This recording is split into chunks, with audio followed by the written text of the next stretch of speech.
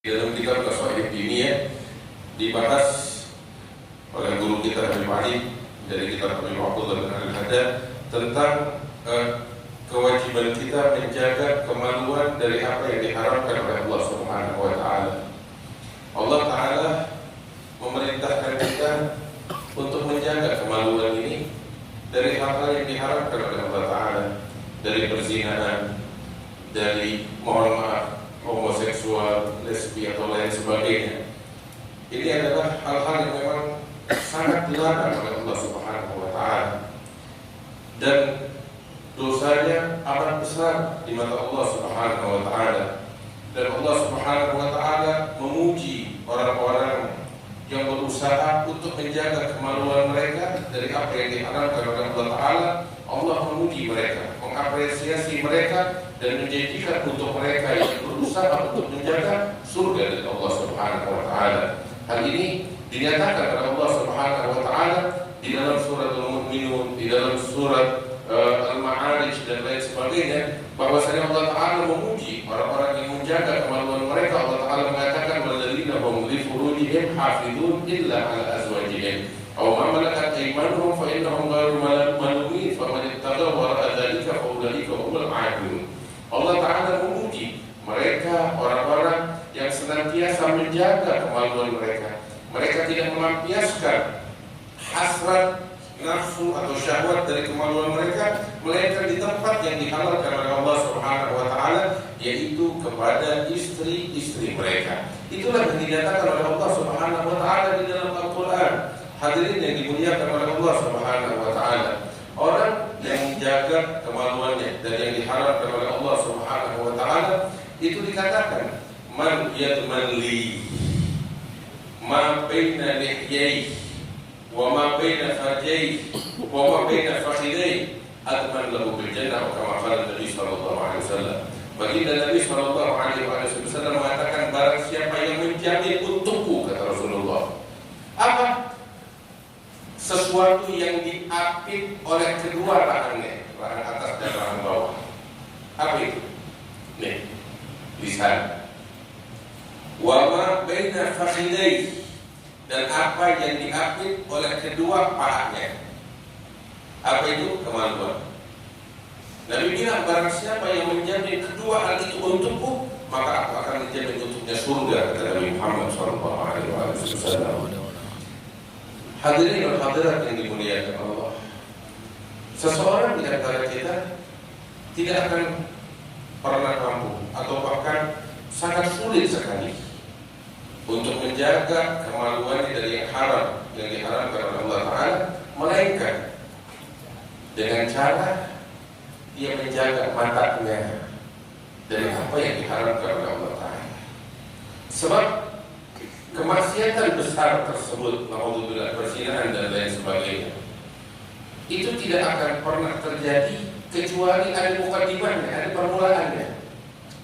Dan permulaan itu dimulai dengan mata melihat, telinga mendengar, pikiran berkhayal, dan terus diulur-ulur hingga akhirnya dia tak bisa terlepas lagi dari belenggu syahwat yang dilemparkan oleh syaitan kepadanya. Karena itu, bapak-bapak, ibu-ibu, siapa-siapa di antara kita yang ingin menjaga dirinya dari perkara haram ini, pertama-tama yang dilakukan, jaga matanya dari yang haram. Jangan melihat hal-hal yang diharamkan oleh Allah yang dapat membangkitkan syahwat dan birahi kita, kecuali hal yang diharamkan oleh Allah Ta'ala. Lain dari itu, jaga mata kita, pejamkan. Allah Subhanahu wa taala bilang di dalam Al-Qur'an, "Qul lil mu'minina yaghuddu min absarihim wa yahfazu furujahum." Katakanlah kepada orang-orang beriman, kata Allah Subhanahu wa taala, agar mereka memejamkan mata mereka dari hal-hal yang diharamkan oleh Allah Ta'ala dan menjaga kemaluan mereka dari hal yang diharamkan oleh Allah. Kemudian firman Allah ini tidak hanya ditujukan oleh Allah kepada orang-orang beriman dari kaum laki-laki, tetapi juga ditujukan oleh Allah Ta'ala kepada orang-orang yang beriman dari kaum wanita. Allah Ta'ala bilang, wa qul lil mu'minat yaghdudna min absarihinna wa yahfazna furujahunna. Allah Ta'ala bilang, dan katakan kepada wanita-wanita beriman, hendaknya mereka mereka memejamkan mata mereka dari yang haram. Bukan hanya kita orang laki yang dilarang untuk melihat perempuan yang membuka auratnya atau melihat aurat daripada wanita yang tidak halal bagi kita. Tetapi demikian pula ada wanita jangan melihat kepada laki-laki yang memanfaatkan syahwat dan nafsu mereka. Terus Allah Ta'ala mengatakan, dan hendaknya mereka menjaga kemaluan mereka dari yang diharamkan oleh Allah Subhanahu wa Ta'ala. Ketika kita ingin menjaga kemaluan dari yang haram, maka jaga mata kita dari yang haram. Bapak-bapak, ibu-ibu yang dimuliakan Allah, di dalam hadis yang diriwayatkan oleh Imam Abu Dawud di Sunan ini, baginda Nabi Sallallahu Alaihi Wasallam bilang tentang kaum wanita. Beliau katakan, "Idza shallatil mar'atu khamsaha, wa shamat syahraha, wa hafizat farjaha, wa ata'at zawjaha, qila laha udkhuli min ayyi abwabil jannati syi'ti." Baginda Nabi Sallallahu Alaihi Wasallam mengatakan, khusus untuk kaum wanita, apabila seorang perempuan, seorang wanita menunaikan kewajiban sholat 5 waktunya dengan sempurna, menunaikan kewajiban puasanya dengan sempurna, dan menjaga kemaluannya dari apa yang diharamkan oleh Allah Subhanahu wa Ta'ala. Kemudian kata Nabi Sallallahu Alaihi Wasallam, dan yang keempat, dia patuh taat kepada suaminya, maka di hari kiamat dia bakal masuk surga, kata Nabi Muhammad Sallallahu Alaihi Wasallam. Bahkan kita ibu-ibu kalau masuk surga, ini saya tanya, insya Allah ibu-ibu semuanya masuk surga. Saya tanya, kalau masuk surga antrian nomor berapa? Antrian nomor berapa kira-kira? Panjang antriannya. Tapi kalau ibu-ibu jalanin 4 perkara ini, sholat, puasa, jaga kemaluan dari yang haram, patuh sama suami, Nabi bilang hari kiamat gak usah ngantri masuk surga, dipanggil masuk surga. Dipanggil, silalah, dikatakan kepada dia, masuklah kamu ke dalam surga melalui pintu surga yang mana ya?